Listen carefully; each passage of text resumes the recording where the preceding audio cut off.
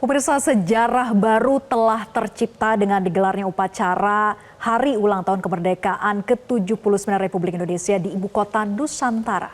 Ya, untuk membahasnya telah bergabung bersama kami staf khusus Presiden Republik Indonesia Grace Natali. Mbak Grace, selamat sore. Selamat sore Mas Egan, Mbak Vera. Selamat Hari Merdeka. Selamat Hari Merdeka, Mbak Grace. Terima kasih atas waktunya bersama kami. Mbak Grace, hari ini sejarah tercipta di mana kemudian untuk pertama kalinya upacara kemerdekaan, upacara pengibaran bendera merah putih diselenggarakan di dua lokasi di Jakarta dan Ibu Kota Nusantara, Ibu Kota baru negara Indonesia. Kesan Anda, Mbak Grace, tentang hari ini bagaimana? Kesannya senang banget bisa menyaksikan sejarah baru ya. Kita akhirnya bisa melihat upacara di Ubud yang ke-79 ini di ibu kota negara yang baru, di mana di sini lokasinya betul-betul di tengah yang akan menjadi sebuah statement politik yang kuat bahwa pembangunan Indonesia ke depan tidak boleh lagi hanya berpusat di tempat-tempat tertentu, provinsi tertentu saja, tapi harus merata, yang inklusif. Dan kehadiran dua presiden di sana, presiden saat ini dan presiden terpilih Bapak Prabowo, menjadi pesan yang kuat adalah pesan keberlanjutan menuju Indonesia maju. Jadi luar biasa rasanya bisa menyaksikan sebuah lembaran sejarah penting di Republik Indonesia ini, Egan dan juga Vera, dan syukurlah meskipun tentunya di tempat yang baru ya, semuanya serba baru, semua awak media juga saya dengar-dengar berupaya keras sekali sampai ada yang harus menyesuaikan dengan mungkin satelit yang baru, dengan lokasi menginap yang terbatas, semuanya serba baru. Jadi kita harus menyesuaikan, tapi inilah masa transisi. Kalau ada yang sedikit belum sempurna, ya wajar saja, kita harus beradaptasi. Tapi syukurlah bisa dikatakan semuanya lancar ya. Ya.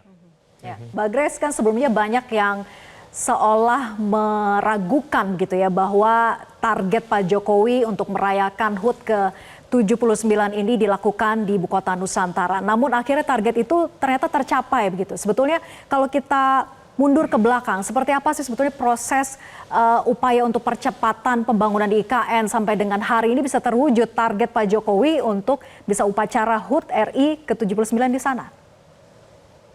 Ya namanya sesuatu yang baru belum pernah kan sejak negara kita ini kita merdeka dari penjajahan, kita membangun sebuah istana yang baru yang bukan warisan dari zaman penjajahan sebelumnya kan belum pernah.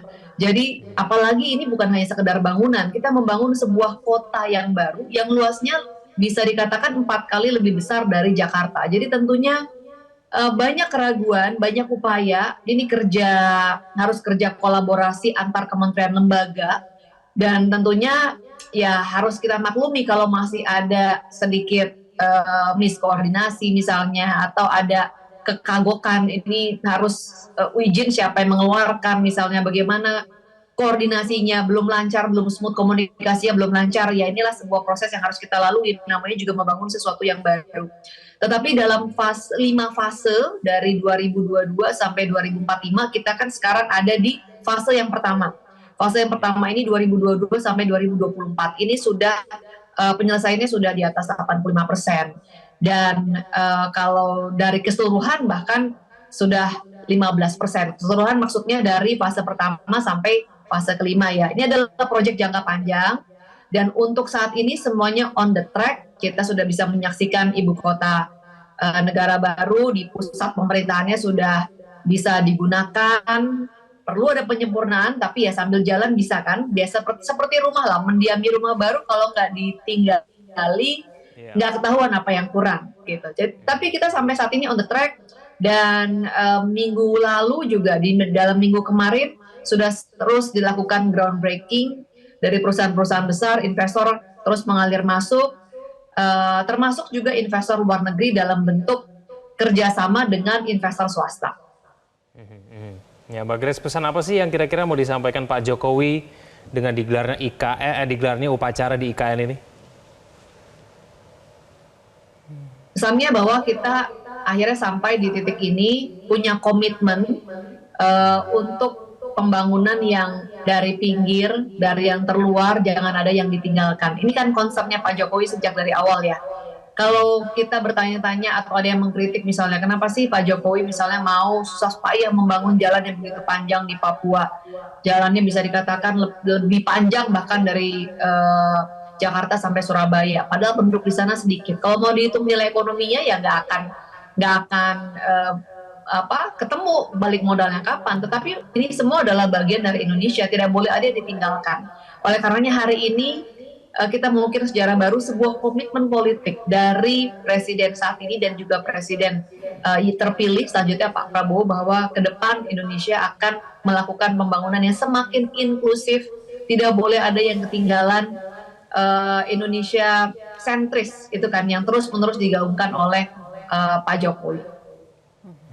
Baik, kita ucapkan selamat, sejarah baru tercipta di KN begitu ya, upacara dilangsungkan di sana. Terima kasih staf khusus Presiden Republik Indonesia Grace Natali sudah bergabung bersama kami. Ya. Pemirsa jangan kemana-mana, live event upacara penurunan bendera merah putih akan kembali usai jeda berikut ini.